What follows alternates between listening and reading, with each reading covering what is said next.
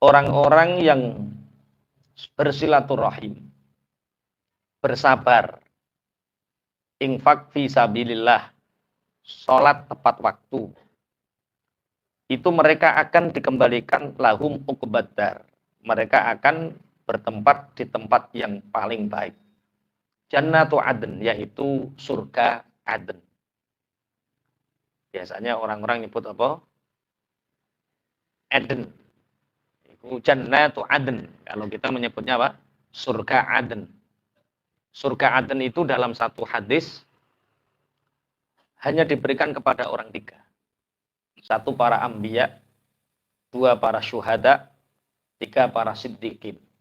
Jadi surga Eden itu, surga Aden itu disediakan untuk tiga orang, tiga golongan anbiya, kemudian syuhada, orang-orang yang mati syahid, yang ketiga siddiqin.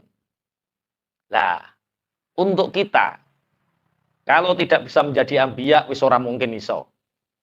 Untuk menjadi syuhada, yo masih aman-aman saja. Untuk menjadi siddiqin, derajat siddiqin ini sangat sulit dicapai. Maka masih ada kesempatan bagi orang-orang yang ingin masuk surga Aden, yaitu orang yang suka bersilaturahim, orang yang mau melakukan sholat, orang yang sabar, orang yang berinfak fisabilillah. Orang yang melakukan empat hal ini digolongkan kepada orang-orang yang masuk surga Aden. Kemudian surga Aden untuk orang-orang yang melakukan silaturahim, bersabar, infak, kemudian sholat. Waman sholaha min abaihim wa azwajihim wa dzurriyyatihim. Mereka masuk itu tidak sendirian. Mereka nanti bersama orang-orang bapak-bapaknya. Nanti kita punya derajat masuk surga Aden. Allahumma amin. Kita enggak sendirian. Kita ngajak bapak-bapak kita, ibu-ibu kita, wa azwajihim, istri-istri kita. Yo ayatnya. Saya nerjemah ayatnya. Kalau satu berarti ya ngajak istri kita. Ayatnya istri-istri kita. Ini kan kalau nanti hanya dimufradkan, yang punya banyak kan nggak masuk. Kalau banyak yang mufrad masuk. Kalau istri-istrinya berarti yang satu pasti. Kita masuk surga Aden tidak sendirian. Kita nanti ngajak bapak-bapak kita bersama istri-istri kita, wa dzurriyyatihim, dan anak-anak kita, keturunan-keturunan kita, cucu-cucu kita. Allahumma amin insyaallah. Wal malaikatu yadkhuluna alaihim min kulli bab. Malaikat nanti masuk mengantarkan kita dari semua pintu yang dikehendaki. Dan mereka mengucapkan menyambut kita, salamun alaikum bima sabartum. Rahmat keselamatan untuk kalian terhadap apa yang kalian sabar di bumi. Faniyama uqbaddar. Maka surga Aden ini adalah sebaik-baiknya tempat. Semoga nanti kita semua ditakdirkan oleh Allah untuk bisa merasakan surga Aden ini. Allahumma amin insyaallah. Jadi fadilah silaturahim, keutamaan bersabar. Sabar itu sudah diterangkan kemarin, sabar melakukan taat, kejenuhan taat, seberat apapun taat kita jalankan. Kemudian sabar terhadap maksiat, maksudnya maksiat di depan mata kita tidak mau melakukan. Yang ketiga adalah sabar terhadap ujian. Yang ketiga adalah infak fi sabilillah, mau berderma, tidak menjadi orang yang pelit. Kemudian mau melaksanakan sholat di awal waktu. Mereka nanti akan masuk bersama bapaknya, istrinya, anak cucunya. Mereka nanti masuk menuju surga Aden. Nanti malaikat itu mapak. Bingung malaikat. Kalian siapa? Kami telah dipanggil oleh Allah untuk menuju surga Aden. Bukankah hisab belum dilaksanakan? Kami masuk di ghairi hisab. Kami masuk tanpa hisab. Tanpa hisab. Ya, kami masuk tanpa hisab. Kemudian diantar oleh malaikat ini, kalian mau masuk dari pintu mana? Kamu ahli silaturahim, ada pintu surga melalui silaturahim. Kamu ahli sabar, ada pintu surga melalui sabar. Di situ ada sholat, ada pintu karena sholat.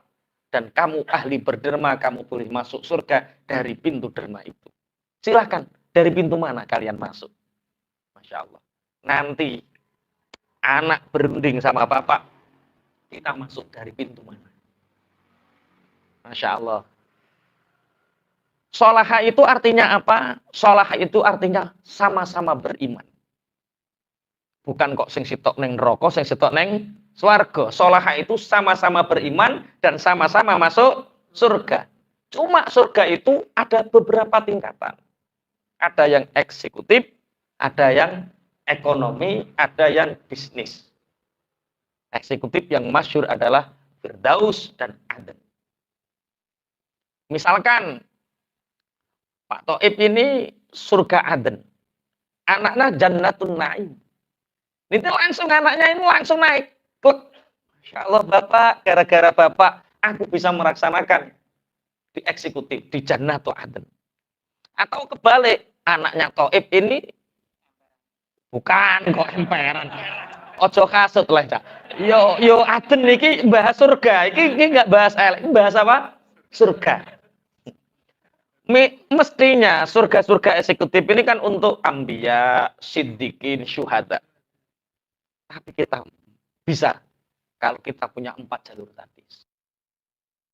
Salat, infak, dan sabar.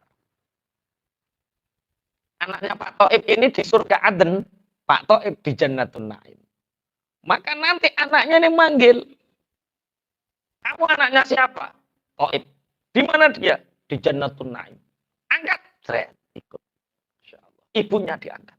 Makanya penting punya generasi, punya keturunan ahli sujud, sama-sama beriman, sangat penting. Karena nanti yang mengangkat derajat kita. Atau anaknya di Jannatun Naim, terus bapaknya di Jannatul Aden, maka anaknya nyusul bapaknya. Waman sholaha min abaihim wa azwajihim, dan istri-istrinya. Sampai di Jannatul Naim, dadak bojomu neng saking sabare nyabari kelakuanmu. Atau saking sabare nrimo kekuranganmu. Jadi awakmu nek ketemu bojo, alhamdulillah, bojomu ketemu awakmu, inna lillahi wa inna ilaihi rajiun. Sabar. Lah nanti nyusul kita. Jadi di generasi kita, wa dzurriyyatim, dan anak-anak cucu kita. Nanti malaikat akan kaget karena ada orang-orang tertentu yang hisab belum ditegakkan, tapi ada orang yang sudah masuk surga, yaitu orang-orang yang masuk tanpa hisab. Allahumma amin. Semoga kita, anak-anak kita, anak-anak cucu kita, semoga bersama kita nanti bersama-sama di surga Aden. Allahumma amin. Gawe rutinan to ora ning kono kira-kira. Ning kono iso gawe rutinan iso. Oh iya. Wis ra kober. Jadi Ustaz Abu Naim widodarine sak kamar 70. Wes godake widodari wis kesel. Nanti apa ucapan salamnya malaikat terhadap orang yang masuk surga Aden? Salamun alaikum bima sabartum. Selamat untuk kalian. Kalian di dunia sabar meninggalkan maksiat. Kalian di dunia sabar melakukan taat. Kalian sabar ketika diuji. Sabar ini fani' mau kebedar. Kita ngaji itu jenuh loh.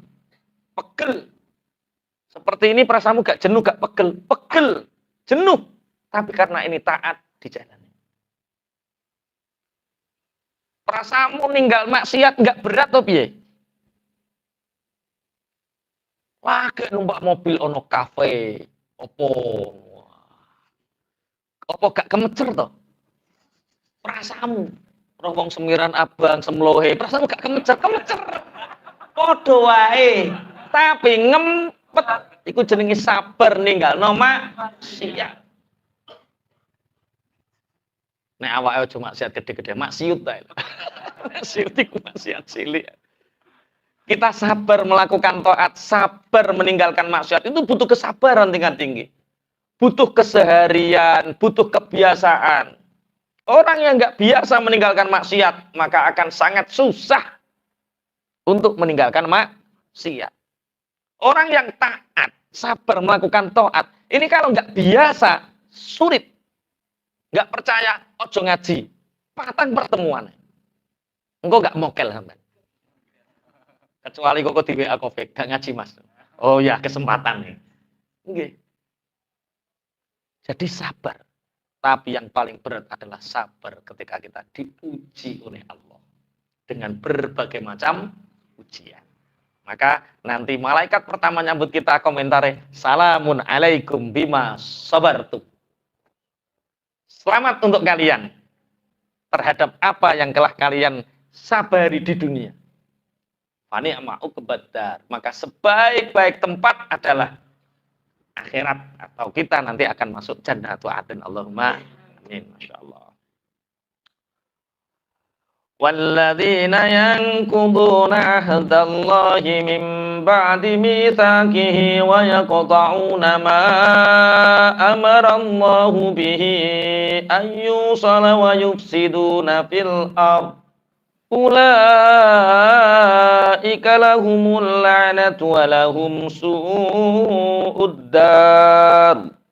Sebaliknya, kemarin kita membahas tentang banyak fadilah silaturahim. Walladzina yanquduna ahdallahi min ba'di mitsaqih. Dan orang-orang yang merusak terhadap perjanjian Allah setelah mereka menyanggupinya, yaitu iman. Kita di zaman azali oleh Allah itu sudah dimintai pertanggungjawaban. Yaitu ketika kita lahir di alam dunia, maka kita akan beriman kepada Allah. Setelah mereka merusak perjanjian dengan Allah, dengan mereka menjadi orang-orang kafir, wa yaqta'una ma amarallahu bi ayyusala, dan mereka memutuskan sesuatu yang Allah memerintahkan untuk menyambung. Mereka tidak silaturahim, tapi mereka qati'ur rahim. Mereka tidak menyambung tali silaturahim, tapi memutus tali silaturahim. Sebagaimana kemarin dua orang yang bersaudara yang tidak saling bertegur sapa, yang hatinya tidak saling ridho, akhirnya walaupun sebaik apapun dia, ternyata dia berada di barhut, pelengin rokok jahanam, hanya karena tidak rukun sama saudaranya. Qati'ur rahim. Wa yufsiduna fil ard, dan orang yang merusak di bumi, membuat kerusakan. Fasad itu kalau dalam ilmu tafsir, makna pertama adalah kekufuran. Makna kedua adalah maksiat. Jadi kalau kita berbuat kufur, berbuat maksiat di dunia, berarti kita hakikatnya merusak dunia ini. Kemudian makna merusak yang kedua adalah dengan kita merusak alam semesta ini dengan perilaku kita.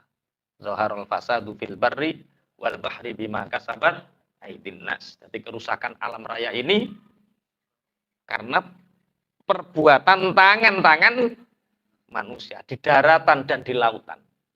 Dan ternyata Allah ini dalam kitab tafsirnya Ibnu Asyur, Allah menciptakan alam ini atau alam ini diciptakan itu dengan sistem yang selaras dengan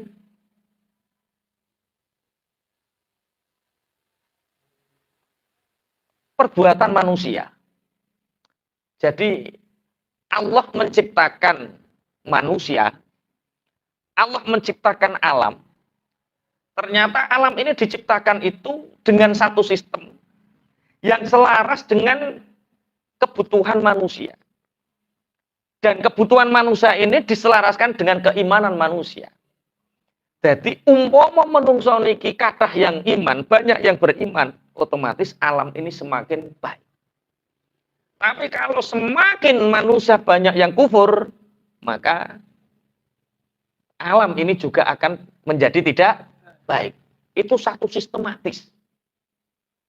Satu sistem yang berhubungan kali ayat wa yufsiduna fil ard. Kalian merusak bumi. Merusak bumi itu tidak hanya sekedar menebang, meracuni lautan, tapi merusak alamnya itu dengan kita kufur perbuatan maksiat kita.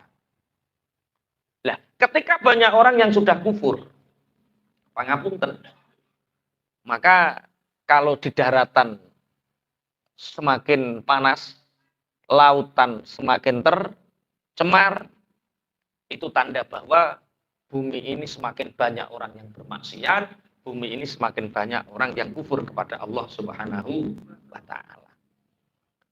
Kemudian satu ketika orang-orang seperti itu tempatnya di mana? Ulaika lahumul la'natu wa lahum su'ud dar. Orang yang tidak beriman, orang yang memutus tali silaturahim, tidak beriman berarti otomatis tidak sholat, otomatis tidak sabar. Wa yufsiduna fil ard, dan mereka merusak bumi. Ulaika lahumul la'nah. Bagi mereka laknat. Walahum su'ud dar, dan bagi mereka seburuk-buruknya tempat, yaitu neraka di akhirat. Na'udzubillah, tumma na'udzubillah. Tapi orang kafir akan membantah dengan ayat ini. Ada seorang kafir yang bernama Abdullah ibnu Abi Umayyah. Ya, ini mengatakan, Muhammad, kalau memang kekafiran itu merusak alam, kalau memang kekafiran itu menghancurkan kita, dan kita masuk neraka, kenapa buktinya kita di dunia ini masih diberi oleh Allah kekayaan?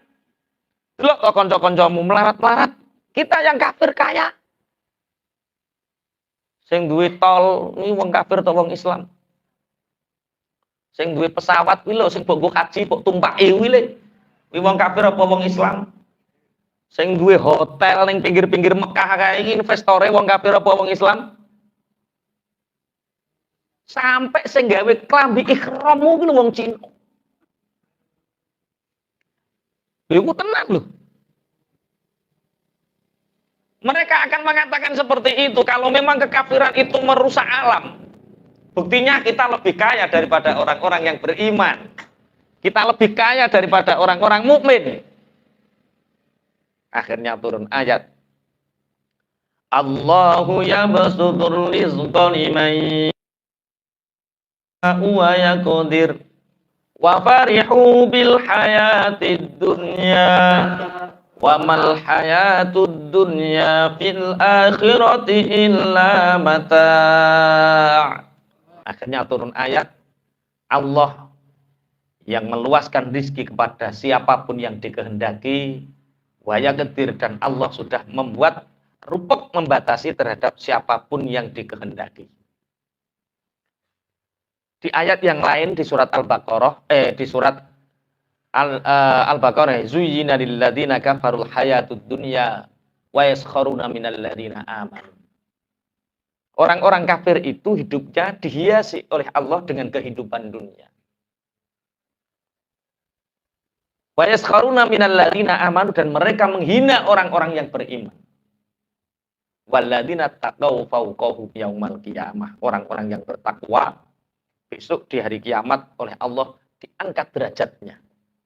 Jadi kemenangan orang mukmin dalam bab urusan dunia itu tidak di dunia hari ini, tapi besok di akhirat. Jadi urusan dunia itu tidak ada antara kaitan iman dan kekafiran. Bahkan sampai nek gelem kafir, zuina lil ladzina kafarul hayatud dunya. Donya inggonmu. Nek sampean kepingin bebas, lepas tanpa aturan dari Allah, kafiro. Donya nggonmu, sak penakmu. Enak wis. Mergawe ora ana pelanggaran fikih muamalah gak ono. Kerja nggak ada halal, haram. Mangan bebas, bah kodok, bah tekek, ketek, bebas. Ayo. Nek pengen kafir, monggo. Bebas untukmu dunia. Tapi besok di akhirat titeni kowe. Iya. Jadi urusan dunia ini nggak ada hubungannya keimanan. Justru dunia ini adalah ujian bagi orang-orang yang beriman. Makanya yang mendapatkan surga adn orang yang sabar terhadap ujian, terutama ujian keimanan ini. Kalau di sini kita mungkin nggak diuji keimanan kita. Di beberapa daerah tertentu, kowe tak pek mantu, langsung tak kayak duit 5 miliar, tapi keluarlah dari agama. Piye jajal? Iki sing grabi iki lho. Piye? 5 miliar. 5 miliar. 5 miliar itu kecil dibanding keimanan kita. 5 triliun itu kecil dibandingkan dengan keimanan kita. Kecil. Makanya terus wafarihu bil hayatid dunya. Mereka enak-enakan, bangga dengan kehidupan dunia. Mereka lupa terhadap akhirat. Makanya sebisa mungkin kita boleh mendapatkan dunia karena kita hidup di dunia, tapi jangan sekali-kali melupakan akhirat. Dulu itu ada seorang bapak. Tadi sempat ada obrolan tipis. Kulo kalih sapa dik Mas Yono, Mas Wiwit. Orang itu kadang Masya Allah dengan anak istrinya. Orang tua biayai anak belum sempat beribadah. Duwe putune dibandani neh. Orang tuanya belum sempat ibadah. Mikir buyut, urung sempat ibadah, mati. Makanya ada satu cerita, ini kisah nyata. Ada seorang bapak itu punya 3 anak. Anaknya yang pertama namanya Anis. Siapa jenenge? Anis. Ini cerita nyata. Anak yang kedua namanya Harben. Anak yang ketiga namanya Amsal. Anak yang pertama ini ganteng, pinter. Sehingga anak yang pertama ini selalu diperhatikan oleh bapaknya. Anak yang kedua Harben ini prestasinya meningkat, kekayaannya meningkat, kaya raya. Sehingga anaknya yang kedua ini juga selalu diperhatikan oleh bapaknya. Anak yang ketiga ini agak disia-siakan. Punya waktu pun sedikit kalau keduanya ini tidak membutuhkan bapaknya. Suatu ketika bapaknya sudah mulai sepuh, masuk kamar, anaknya yang pertama namanya siapa? Anis ini dipanggil. Anis, ini mohon maaf yang bernama Anis jangan tersinggung dulu. Soalnya madok pocongan presiden. Anis, iya bapak. Bapak kelihatannya sudah mulai renta, sudah menua. Iya bapak. Dari kecil engkau bapak perhatikan, bapak memperhatikanmu. Apa yang kamu butuhkan, bapak selalu hadir.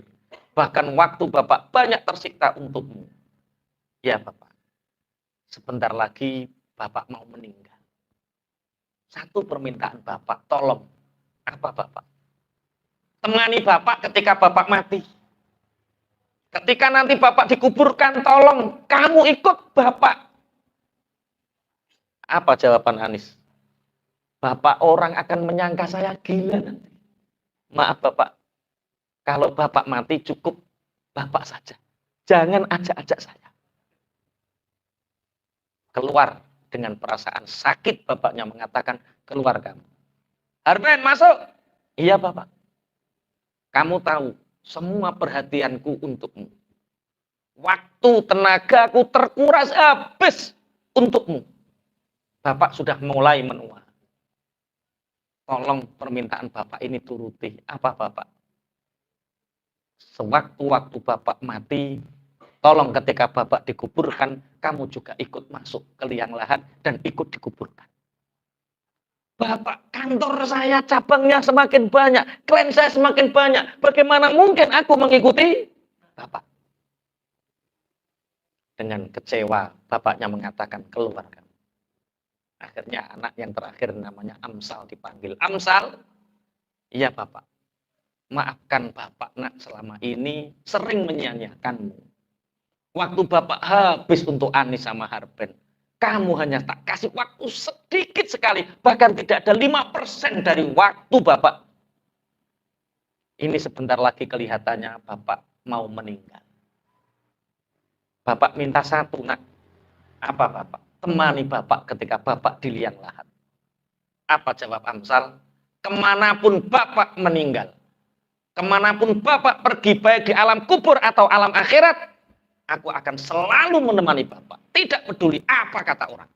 Aku akan membela bapak mati-matian. Bahkan di alam kubur atau di akhirat. Dari cerita ini apa yang bisa kita ambil kesimpulan? bahwa kadang yang kita kejar, kadang yang kita prioritaskan ternyata tidak bisa menemani kita. Anis itu singkatan anak dan istri.